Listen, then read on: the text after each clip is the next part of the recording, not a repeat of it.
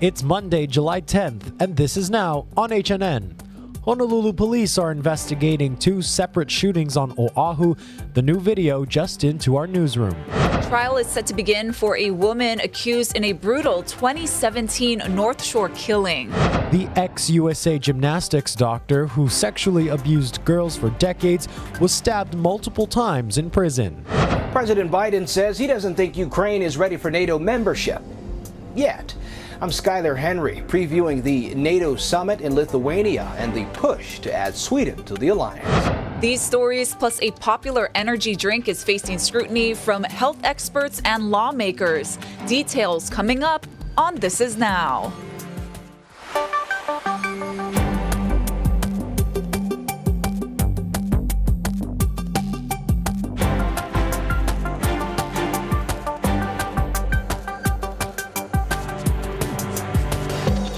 Aloha and good afternoon. Welcome to This Is Now. I'm Dylan Ancheta alongside our Ashley Nagaoka. We begin today with the latest on two separate shootings that happened on Oahu over the last few days. Yeah, so one in Kalihi and the other in East Oahu. In all, 3 people were injured, one of them critically.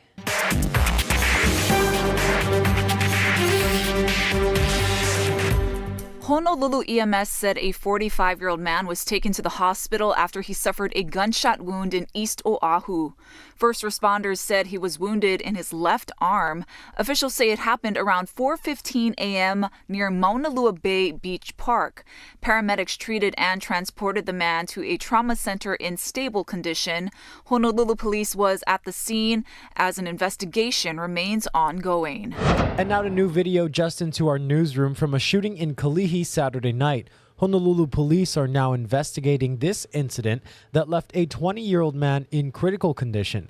A 15-year-old boy was also injured and last listed to be in stable condition. The shooting happened around 11:15 p.m. on North School Street, that's across from Kamehameha Shopping Center. At last check, police say no arrests have been made. Trial is set to begin Monday for Haley Dandaran, who faces murder and kidnapping charges in the brutal 2017 killing of Telma Boinville on Oahu's North Shore. Dandaran is being tried separately from her then-boyfriend Stephen Brown, who was found guilty in January for murder, kidnapping, and burglary. Brown faces life in prison without the possibility of parole when he's sentenced, which is set for next month. During his trial, Brown testified that while he participated in burglarizing the North Shore home where the murder occurred, it was Dandaran alone who killed Boinville. Dandaran pleaded not guilty to all charges back in 2017. A missing persons case has been launched on Hawaii Island. 29-year-old Shanice Ogata Staudinger was picking opihi with a relative at a spot commonly known as Hau Bush in Pahoa. The two reportedly got separated and concern grew when she did not return to their meeting spot later in the afternoon. Ogata Staudinger was last seen wearing a black tank top, blue jeans, and purple tabi water shoes. She has a $ symbol tattoo on her left cheek. Authorities are searching the area extensively. Anyone who sees any sign of her is asked to call police. Well, over the weekend, Hawaii lost two notable names, one in the world of sports and the other a former leader of Hawaii's largest police department. Lee Donahue passed away Sunday at the age of 80. He served as chief of the Honolulu Police Department from 1998 to 2004. The Star Advertiser reports Donahue joined HPD in 1964 and worked his way up the ranks to become the department's 8th chief. HPD says during his administration, the department was awarded national accreditation. In all, Donahue spent more than 40 years in HPD. Many, including Mayor Rick Blangiardi, called him truly a great leader as remembrances poured in. He really understood police work. He understood the community, and I think that's what made him great. He moved at every rank and he spent time there. He understood how everybody works and what's needed to do that. At this time, the cause of death is unknown. Details on services were not immediately released. Legendary UH running back Gary Allen has died at the age of 63. Many Hawaii fans call Allen UH's most prolific rusher, holding career records for most yardage. Allen was a 4-time All-American honorable mention. He was inducted into the UH Circle of Honor in 1998. He was an undersized, diminutive type of running back that could catch the ball out of the backfield. He could return punts, return kicks, everything that the NFL is looking for now. Gary was before his time, and he was the most explosive, the fastest, the quickest, and versatile player to play at Hawaii in many decades. Former teammates said Allen was ahead of his time with an explosive play style compared to today's NFL players. Services for Allen are pending. In international news, President Biden arrived in London Monday morning to meet with King Charles III. After an arrival ceremony and inspection of the honor guard, the two leaders then went inside to meet one-on-one. They then attended a discussion on climate change with a group of private sector leaders. This is the first meeting since the monarch ascended to the throne in May, and the second trip Biden has taken to Windsor Castle since taking office. This is part of his crucial three-nation foreign policy trip. After London, President Biden headed to Lithuania, where NATO partners are meeting for their annual summit. Skylar Henry reports on what the alliance is doing to help Ukraine. President Biden arrived in Vilnius, Lithuania, for the start of a NATO summit. Great to see you. Ukraine is seeking full membership in the military alliance and has broad support from most of NATO's member countries. No final decision has been made, but at the summit I'm absolutely certain that we'll have a unity and a strong message on Ukraine. President Biden has said the war between Ukraine and Russia needs to end before Ukraine is ready for NATO membership. Otherwise, the U.S. and other countries could be compelled to join the war. President Biden also discussed Ukraine in London Monday with British Prime Minister Rishi Sunak. Our relationship is rock solid with people in the United States, Great Britain, and I look forward to our discussions. One area where the two allies disagree, the use of cluster bombs. President Biden has authorized the shipment of cluster bombs to Ukraine to help in its counteroffensive. Prime Minister Sunak told Biden that Britain will stand by its treaty, which bans the munitions. Skylar Henry, CBS News, the White House. Disgraced sports doctor Larry Nassar was stabbed several times during an altercation in a Florida prison yesterday. He was stabbed twice in the neck, twice in the back, and 6 times in the chest by another inmate, according to a federal corrections officer union leader. Nassar is said to be in stable condition today following the stabbings, despite suffering a collapsed lung. The cause of the altercation has not been announced. Nassar was sentenced to decades in prison after pleading guilty to sexually assaulting gymnasts and other athletes, including Olympic medalists, under the guise of medical treatment for hip and leg injuries. The abuses took place while Nassar worked at Michigan State University and for USA Gymnastics. Separately, Nassar also pleaded guilty to possessing child pornography. Contract negotiations between UPS and the union representing employees are at a standstill. 97% of unionized employees voted in favor of going on strike if a deal isn't reached by the end of the month. Several items have already been agreed upon, but the Teamsters Union is still looking for pay increases for both full and part-time workers. UPS claims the Teamsters have stopped negotiating and called its proposals historic. Well, there are new concerns over a popular energy drink. It has 6 times the caffeine of a can of Coke and poses a health risk to children. It's one of the hottest trends of the summer.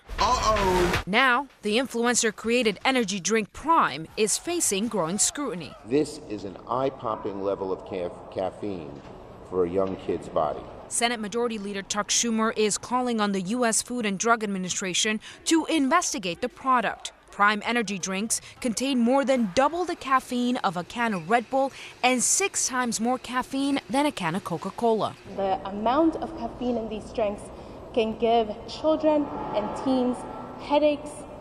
It can give them jitters, nervousness. It can interfere with the sleep cycle, which is so important to the developing brain. According to its website, the company does not recommend the energy drinks for anyone under the age of 18.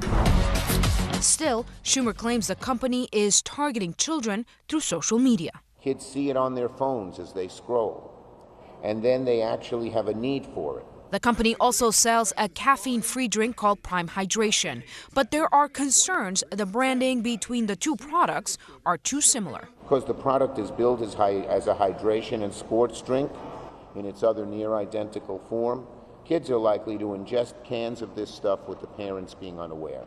I'm Gloria Pasmino reporting. There are new plans to beef up protections for a stretch of East Oahu shoreline. This after it's infamously become a site for illegal parties. Eddie Dowd reports. Supporters of this new state park say it would add greater protections for this area that includes a secluded beach that has a history of getting rowdy. In 2021, during the COVID-19 pandemic, more than 300 people were at an illegal party at the beach known as Allen Davis, with 4 people being cited by DONR. I went down there to look, and there were just hundreds of cars along the highway. I was able to call DLNR and get them to come, but many other people had made a report for people to come and just so carelessly destroy it by leaving all these bonfires. It's not safe, as well as it's destructive because it's turning all of our sand black there. A DONR sign with rules is posted at the trailhead to the beach at the Makapu'u parking lot. From there, it's a 10-minute walk to the off-the-grid beach. It's kind of hidden away from the view of the road. People feel like they can do whatever they want, that they don't have to follow the law. The beach is in a 340-acre area considered as a state coastal shoreline under the DONR's State Parks Division, but it's not an official state park. This area hasn't had the attention I think it probably needs, given its popularity. State Senator Chris Lee spearheaded a bill that was recently signed into law requesting it be designated into an official state park. DONR says the change would give the area more legal protections. Lee says the new law also has writing in it to preserve the Kaiwi Coast in the future. It's really unique because there are almost no other state parks that have the legal protection in law that say it shall be protected in a very specific way that preserves the land as it is in its wild and natural state. It's been a constant battle to protect this area. Historically, this has been a party place. Reese Liggett has been helping steward the area for the last 30 years as a private citizen. We've had cars driving all over the place, but we've got barriers now to stop them. They wanted to put in a development right across from Sandy Beach and across from this, the land right behind you. A state park is a big deal. There's manpower, and money, resources that come with that designation. This proposal will now go to the Board of Land and Natural Resources. If they approve it, it will go into effect in 2024. Reporting on Oahu's east side, Eddie Dowd, Hawaii News Now.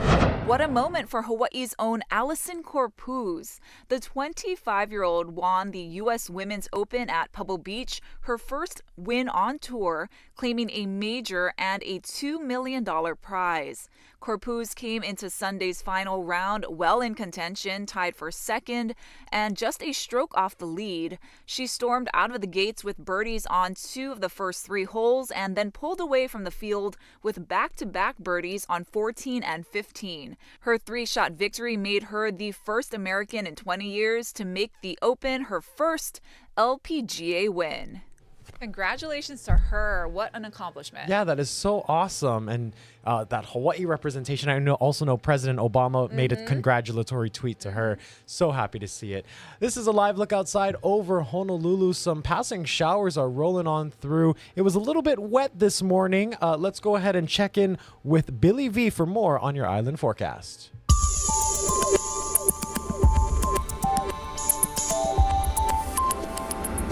We've been enjoying trade wind weather at 10 to 25 miles per hour for the last week or a couple of weeks now, but that's going to kind of ease off today. 5 to 15 miles per hour by the time we reach this afternoon or this evening. Lighter winds. We will see some sunshine. We'll see some cloudy periods and some rain as well. But once we get into Tuesday and Wednesday, these are 2 days of enhanced moisture from a now no longer storm, and that's kind of thrown some moisture into the trade wind flow. So that's what's going to reach us here as we get to tomorrow and Wednesday. Thursday, we'll get the trade winds back. Gusty winds, 15 to 25. Daytime highs all in the upper 80s, so it's going to be warm in some spots, but nice looking weather nevertheless. And we need the rain. Take a look at some of the damage in Rockland County, New York from torrential rain. Northeast states are getting hammered. Cars were swept away on completely flooded roads and parking lots. More rain and possible flooding is in the forecast for parts of New England today. Now, the National Weather Service has issued its first ever high-risk warning for the area surrounding Burlington, Vermont. This comes after massive flooding overwhelmed parts of upstate New York and Connecticut on Sunday. Elijah Westbrook has more. The torrential rain is moving north, taking aim at Vermont Monday. Roads in Orange County, New York were quickly underwater Sunday when almost 8 inches of rain fell in just a few hours. Local officials say a woman in her mid-30s trying to evacuate her home in Highland Falls died when she lost her footing and was swept away. Terror, devastation, right here, less than 24 hours ago. First responders were able to rescue dozens of people by boat, many caught by surprise at how quickly the water rose. I've been here for 7 years. This is the first time I ever had seen this happen. Residents in New York's Westchester County woke up to massive flooding. This is Yorktown, where Old Yorktown Road is still underwater. Similar scenes played out across the Northeast. Roads and bridges buckled under the weight of water in Norfolk, Connecticut. The bridge on our property, it's basically floating on the water right now. If it comes up, I don't know, 3 or 4 more inches, the bridge will be gone. Rail lines weren't spared either. Water, mud, and fallen trees left train tracks either submerged or impassable, likely disrupting thousands of commuters heading into New York City Monday morning. Elijah Westbrook, CBS News, Yorktown, New York. Severe damage up there. Hopefully things turn out for the better there. Yes, please. Let's see what the feeds are talking about. So when it comes to summer safety tips, there are probably things you've heard as a kid, like don't go swimming after you eat, or the meat charred, when you cook it on the grill is bad for you. So we wanted to know if there were any truth to these sayings. Lauren Petty separates fact from fiction. You've probably heard it most of your life. You should wait at least a half hour after eating before you go for a swim. It's fiction that I was raised believing is fact. But Rush family medicine doctor Joyce Chen says it's fact. It's been shown that many accidental drownings usually do happen soon after someone has eaten. We sat down with Dr. Chen to set the record straight. Mosquitoes are attracted to sweet-smelling skin. Fact or fiction? So that is true. Mosquitoes are attracted to the oils and bacteria on our skin, and some of us smell sweeter than others. It's a combination of that along with your own internal body heat and also just your natural body odor. So what about bees? With each bee sting you endure, the reaction gets worse. Is that fact or fiction? So that is fiction for the most part. The catch is, if you're allergic to bee venom, then don't try to pull out that stinger yourself. Pushing of the stinger can actually release more venom, which causes the allergic reaction. So you actually want to try to scrape off the stinger. It's a summertime staple, but the warnings are out there. Grilled meat causes cancer. No, I never had that. Araceli wasn't aware. It's something researchers are looking into. That is still up for debate. That's because grilling muscle protein over high heat creates chemicals, which in extremely high levels have caused cancer in animals. Doctors say you don't have to give up grilling altogether, but there are precautions you can take. Partially cooking your meat before putting it on the grill, because the longer the meat is exposed to that high temperature, that's what's building up those chemicals. But what about cooling off with a quick sip? Fact or fiction? It's dangerous to drink out of a garden hose. So that is a fact. Many garden hoses are made with lead, and that lead can leach into the water. Heading to a pool instead? You may have heard swimming pools are germ factories. They can be, so I'll say true. Any pool or water area can carry bacteria, so you want to make sure the water is tested and treated chemically. Well, those are some interesting tidbits there. The mosquito one for sure. 'Cause Yeah. they love me. Yeah. Yeah. I also have been told, don't swim 30 minutes after eating, but I thought it's because your stomach would get sore. But all my life, I've never gotten a sore stomach. Like when you're at the beach, you want to get out, eat a hot dog, a musubi, and then just jump right back in. I've been fine ever since. Yeah. the one I remember was you have to dry your hair. Like if you get wet hair, you'll get a cold. If you go to sleep and with it, yes. That's false, Mom, by the way. Thanks for lying to us. Viruses give you colds. Let's go ahead and look at some more news from the feeds. A hairdresser in Arizona has found a new hobby, and some will say it's a little bit odd, but for her, it's a way of creating new purpose and new life. Colleen Sikora reports. Caring for hair isn't new for Rachel Lewis. A lot of grooming. I was a hairdresser for 13 years. But the hair she's working with now is. I do all the taxidermy work here. My husband came out and I had the can of hairspray and he's like, "What are you doing with that?" I'm like, "It holds the hair perfectly and the ear is in place." And so he's like, "Oh, I knew your hairdressing would come in use," and it really kind of has. Opening Copper State Taxidermy in Chandler about 3 years ago. I'm an animal lover and always have been, and I just thought there's no way I would, do something like that. I guess I just fell in love with that it's actually an art. Creating something new from something dead. I'm not a hunter, and I have never taken an animal myself, but I just love kind of giving them essentially like a second life and being able to enjoy them in another way. Creativity. With being a hairdresser, you look at hair patterns and things like that, and that's what a lot of the taxidermy is like being able to put the skin back where it should go. And now bringing back nostalgia and novelty. I ended up creating a taxidermy piggy bank. Inspired by a digital art creator, the idea cured for a few years. It just kind of came into my mind when I got the specimens in, and I had it, kind of locked away for a while. I took a casting from the pig. So this is my original, kind of prototype that I started with. Creating this. It's an interactive piece too. It's not,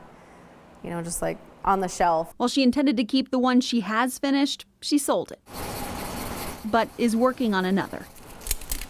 The specimens come from pigs that are stillborn or die shortly after birth from local farms. I just hope that they understand that I'm not causing harm to these animals, and that they really are loved. An art. And the people that fall in love with these pieces, they really do cherish them. With a new life. I kind of took them on as what can I do with this to kind of salvage or give it a life that it didn't kind of get to have.